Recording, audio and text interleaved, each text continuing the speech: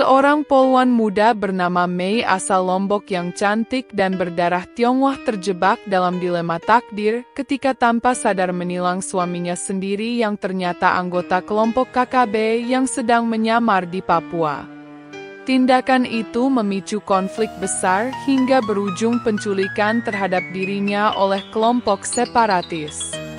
Namun, sang suami, Rimba, memilih mengkhianati kelompoknya demi menyelamatkan sang istri, meski akhirnya harus meregang nyawa oleh tembakan rekannya sendiri. Mei yang selamat dalam kondisi hamil harus menghadapi trauma dan kesedihan mendalam, namun bangkit demi anak mereka yang lahir sebagai simbol cinta dan pengorbanan. Kisah penuh emosi ini menggambarkan cinta yang diuji oleh rahasia, pengkhianatan, dan keberanian di tengah konflik berdarah di Indonesia. Episode 1. Gadis Lombok yang menjadi bayangkara. Namanya Mei Lestari. Usianya baru 22 tahun, namun ketegasan dan keberaniannya melebihi wanita seusianya. Ia adalah seorang polwan wanita Indonesia yang baru saja ditugaskan di kota Wamena, Papua. Berasal dari Lombok dan memiliki darah Tionghoa dari sang ibu, Mei memiliki wajah ayu, kulit kuning langsat, rambut panjang yang sering diikat rapi saat bertugas, serta tubuh ramping dan atletis hasil latihan keras di akademi. Mei dikenal sebagai sosok yang disiplin dan sangat mencintai tugasnya. Hari-harinya diisi dengan patroli jalanan, pendampingan masyarakat, hingga membantu anak-anak sekolah setempat. Meski jauh dari keluarga, ia merasa bahwa bertugas di Papua adalah bentuk pengabdiannya untuk negara. Masyarakat sekitar mulai mengenalnya sebagai sosok yang ramah tapi tangguh. Di sebuah warung kecil tempat biasa aparat berkumpul, Mei tak sengaja berkenalan dengan seorang pria lokal bernama Rimba. Wajahnya tegas, tubuhnya tinggi dan berotot, namun tutur katanya lembut dan sopan. Rimba mengatakan bahwa ia adalah seorang petani dan relawan keamanan desa. Keduanya sering bertemu karena Rimba juga sering ikut membantu pengamanan kampung. Tanpa banyak yang tahu, hubungan mereka mulai tumbuh. Rimba selalu menunjukkan perhatian yang dalam pada Mei, dan di balik kesibukannya, Mei mulai merasakan kenyamanan dalam setiap perbincangan dengan pria itu. Tak butuh waktu lama, mereka pun menikah secara adat di desa tempat Rimba tinggal, walau tanpa kehadiran keluarga besar Mei karena kesulitan akses transportasi. Namun tanpa disadari Mei, suaminya menyimpan rahasia kelam yang bisa menghancurkan segalanya. Episode 2. Tilang yang mengubah segalanya. Pagi itu, Mei mendapat tugas patroli di jalan utama dekat perbatasan Wamena. Ia melihat seorang pria mengendarai sepeda motor trail tanpa plat nomor dan tanpa helm. Dengan sigap, Mei menghentikan motor tersebut dan berjalan mendekat. Namun betapa terkejutnya ia saat pria itu membuka helm. Itu adalah Rimba, suaminya sendiri. "Rimba? Kamu?" ucap Mei terkejut. Rimba terlihat kikuk dan gugup. "Maaf sayang, aku buru-buru, ada urusan penting." "Tetap saja, kamu melanggar aturan. Aku tidak bisa membiarkan ini hanya karena kita suami istri," ucap Mei tegas sambil mencatat pelanggaran. Rimba menatap Mei tajam, bukan dengan amarah, tapi lebih ke arah panik dan cemas. "Kamu nggak ngerti, Mei? Tolong, ini bukan sekadar urusan motor." Mei tak menggubris. Ia tetap memberikan surat tilang dan meminta Rimba mengikuti prosedur. Pria itu terdiam sejenak, lalu mengambil kembali helmnya dan pergi dengan tatapan kosong. Sore harinya, ketika Mei kembali ke pos, ia mendapati rekan sesama polisi sedang membicarakan tentang adanya pergerakan mencurigakan dari kelompok separatis di sekitar wilayah perbukitan. Bahkan, ada desas-desus bahwa mereka memiliki informan yang menyusup di antara masyarakat. Mei mulai gelisah. Perilaku Rimba yang aneh pagi tadi masih terus membayanginya. Malam itu, saat ia berada sendirian di rumah dinasnya, listrik mendadak padam. Tak lama kemudian, pintu rumahnya digedor keras. Sebelum sempat membuka, seseorang mendobrak masuk dan menariknya paksa keluar. Teriakan Mei menggema di malam sepi, namun tidak ada yang sempat mendengarnya. Semuanya menjadi gelap. Episode 3. Diculik oleh orang yang dicintai. Ketika Mei membuka matanya, pandangannya buram. Tangannya terikat, mulutnya dibungkam kain, dan sekelilingnya gelap dengan bau tanah dan lembab yang pekat. Dari samar-samar cahaya lampu minyak, ia mulai mengenali tempat itu, sebuah gua tua di tengah hutan Papua. Detik berikutnya, suara langkah kaki terdengar mendekat. Dan dari balik bayangan, muncul wajah yang sangat ia kenal. Rimba. Tapi kali ini wajah itu tak lagi penuh cinta. Ia mengenakan seragam loreng tak resmi, lengkap dengan senjata laras panjang di pundaknya. Aku minta maaf, Mei. Tapi ini satu-satunya cara, ucap Rimba lirih namun dingin. Mei menatap suaminya dengan mata penuh kekecewaan dan kebingungan. Hatinya hancur. Orang yang ia cintai ternyata bagian dari kelompok yang selama ini dianggap musuh negara. Aku tidak ingin kamu celaka. Tapi kamu terlalu dekat dengan kebenaran. Kalau pimpinan tahu kamu istriku, nyawamu akan jadi taruhan, lanjut Rimba. Mei hanya bisa menangis dalam diam. Perasaan cinta, dikhianati, dan takut bercampur jadi satu. Di luar gua, para anggota KKB terlihat berjaga, membuat Mei tak punya pilihan selain pasrah untuk saat ini. Episode 4. Di balik seragam, ada luka. Hari demi hari berlalu. Mei dipenjara di gua, hanya diberi makan secukupnya. Tapi Rimba kerap diam-diam datang membawakannya air bersih dan mengobati luka-lukanya. Aku ingin kita kabur dari sini, Mei.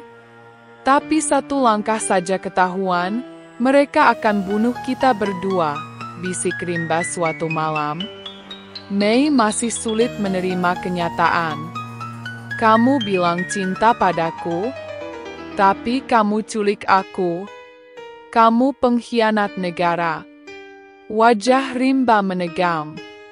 Ia menunduk lalu berkata pelan, aku tak pernah berniat jadi anggota KKB. Awalnya aku dipaksa. Kalau aku menolak, keluargaku dibunuh. Mei mendadak terdiam. Meski luka di hatinya dalam, ia tahu bahwa Rimba pun terjebak dalam situasi yang tak mudah. Namun, tanggung jawab sebagai anggota Polri tetap membebani nuraninya. Malam itu, Mei merenung. Mampukah ia percaya lagi pada lelaki itu? Ataukah ini hanya bagian dari permainan licik? Episode 5. Api di tengah dilema. Beberapa malam kemudian, Mei mendengar percakapan para anggota KKB. Mereka mencurigai bahwa Rimba menyembunyikan sesuatu. Salah satu dari mereka bahkan berkata, kalau Rimba ketahuan main mata sama si Polwan, habisi dia. Keesokan paginya, Rimba mendatangi Mei dengan wajah serius. Besok kita kabur. Aku udah siapkan jalur ke sungai.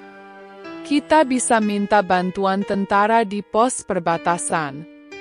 Mei bimbang. Bagaimana kalau kita tertangkap? Atau kamu ditembak? Aku lebih baik mati daripada terus hidup dalam kebohongan. Aku ingin anak kita lahir di dunia yang bebas dari kebencian, ucap Rimba sambil menatap perut Mei yang mulai membuncit. Mei terhenyak. Ia belum menyadari sebelumnya bahwa ia tengah hamil. Dalam keputusasaan dan ketakutan, secercah harapan muncul. Namun jalan menuju kebebasan tidaklah semudah itu. Dalam hutan Papua yang liar dan penuh bahaya, cinta dan nyawa dipertaruhkan. Episode 6. Pelarian di tengah hujan peluru. Langit Papua gelap dan mendung saat Rimba mengajak Mei keluar dari gua. Hujan mulai turun rintik, membasahi daun-daun lebat di hutan. Mereka berlari pelan, menghindari pandangan para penjaga. Jalur pelarian telah dipetakan Rimba sejak berminggu-minggu lalu.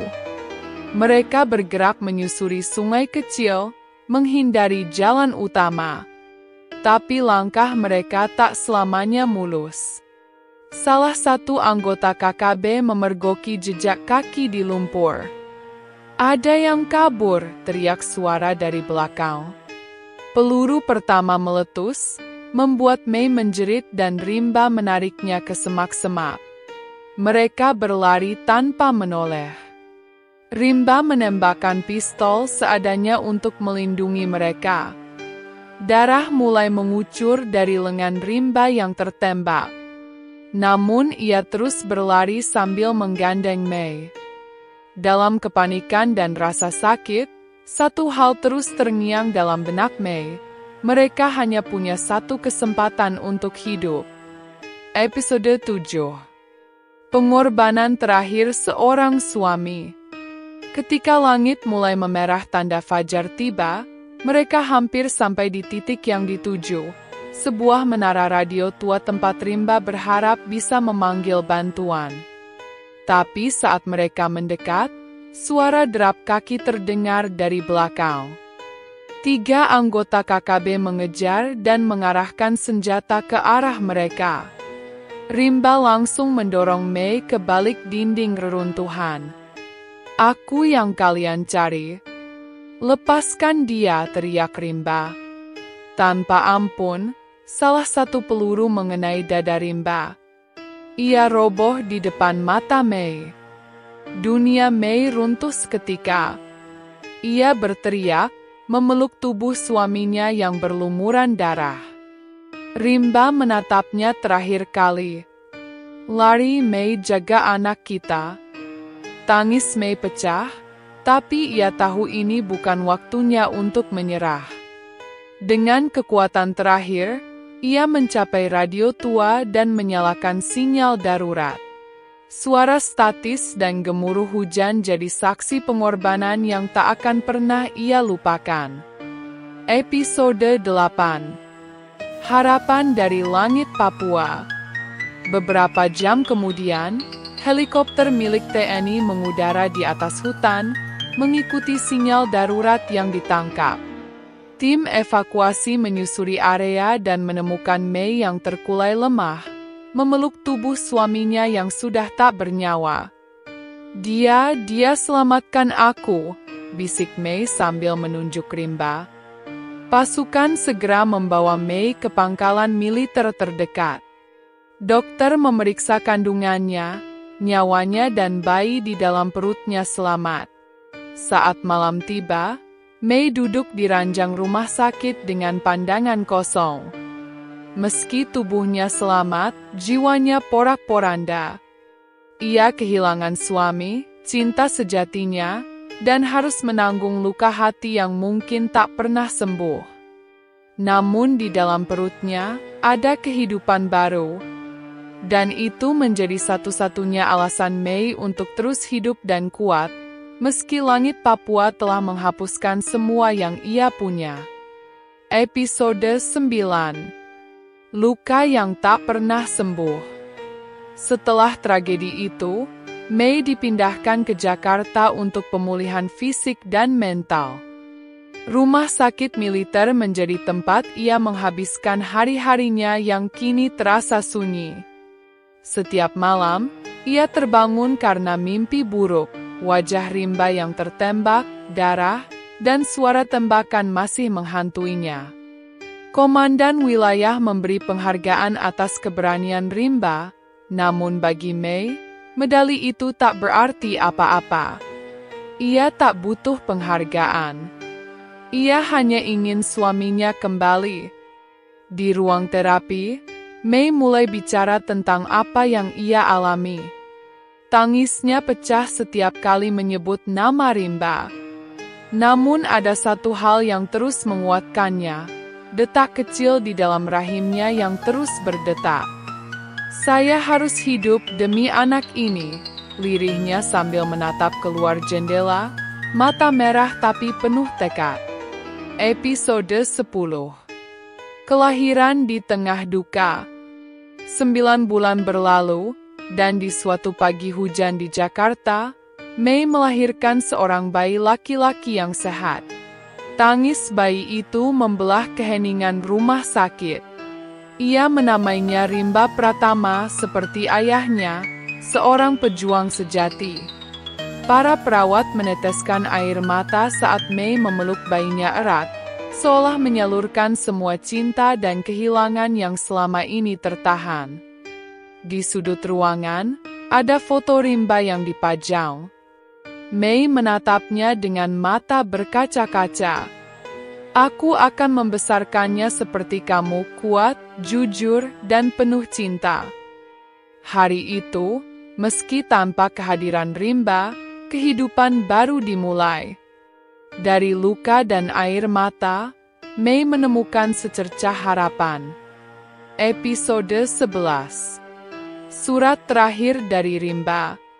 Beberapa minggu setelah kelahiran bayi Rimba, seorang petugas pos militer menyerahkan sebuah surat kepada Mei.